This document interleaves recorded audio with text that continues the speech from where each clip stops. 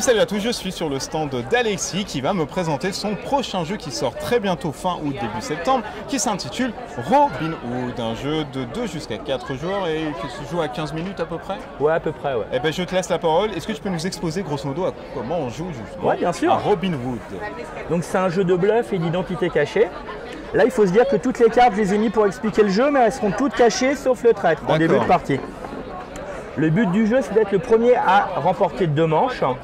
On remporte une manche de 2 façons, ou en étant le seul joueur encore en vie, sachant que les aides de jeu font office de points de vie. Donc côté blanc, tu as 2 vies, 1 vie, t'es mort. T'es out. Exactement.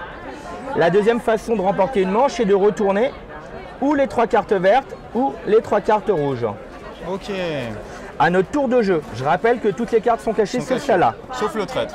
Exactement. On a 2 solutions. On peut prendre une carte, la regarder et la reposer sans rien dire. Ok. Ou prendre une carte et déclarer un rôle qui n'est pas forcément celui de la carte. Je peux avoir un compagnon en main et dire que je suis une sorcière. On fait un tour de table. Si tout le monde me croit, je la repose sans la montrer et j'applique non pas la carte que j'avais en main, mais ce que j'ai dit. D'accord.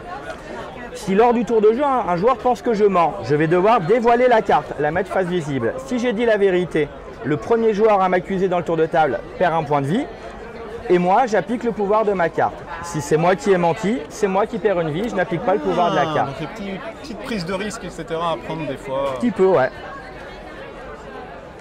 Ensuite, chaque personnage a un petit pouvoir. Donc le traître au début est visible, mais il pourra être retourné par la suite par le biais d'autres personnages. Si on retourne le traître, si on prend le traître, on doit le mettre face visible et on perd immédiatement une vie. Donc c'est une exception par rapport à la petite règle où je disais on peut prendre une carte et la reposer sans rien dire. La deuxième exception étant l'embobineur. Si tu prends l'embobineur, tu es forcé de mentir.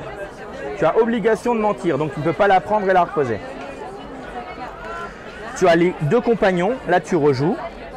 Tu as les 2 adjoints où tu prends 2 cartes du plateau de jeu. Tu ne les consultes pas, tu les mélanges, tu les donnes à ton voisin de gauche qui les replace à sa guise.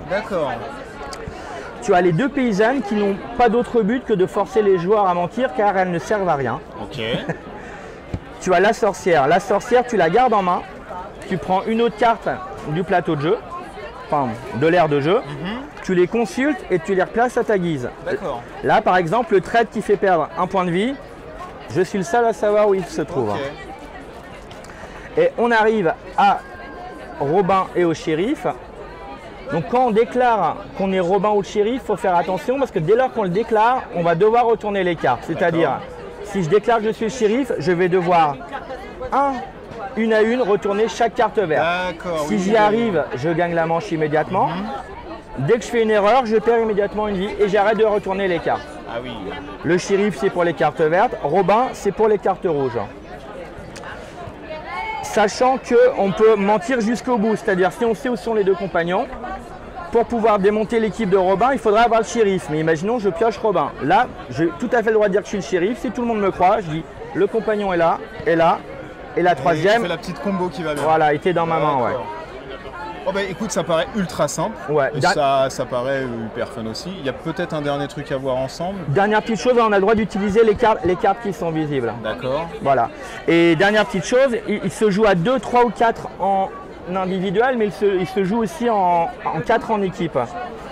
Donc dans ce cas-là, j'enlève une paysanne, je rajoute l'aubergiste.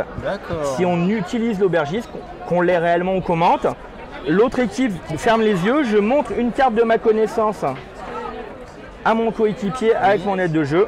Je lui donne une information, tout le monde rouvre les yeux en fait. D'accord. Bon bah écoute, ça paraît très simple. Ah ouais, c'est très simple. Ouais. En même temps, donc si les personnes aiment bien le genre mascarade, etc. Ouais, complot, c'est dans cet esprit-là. Ouais. Ils vont vite se retrouver là-dedans. On le rappelle, c'est Robin Hood. Ça sort en août-septembre. Ça sort fin août, ouais, chez Bad Test Game. D'accord. Faut compter combien un prix de sortie public? 10 €. Ah ouais, c'est vraiment petit. Ouais. C'est un petit prix dans un maxi format avec beaucoup de plaisir. Ah bah c'est gentil. Mine de rien. Ok, bah écoute, on retrouvera ça du coup à sa sortie. Avec grand plaisir. Bah salut. Merci à toi.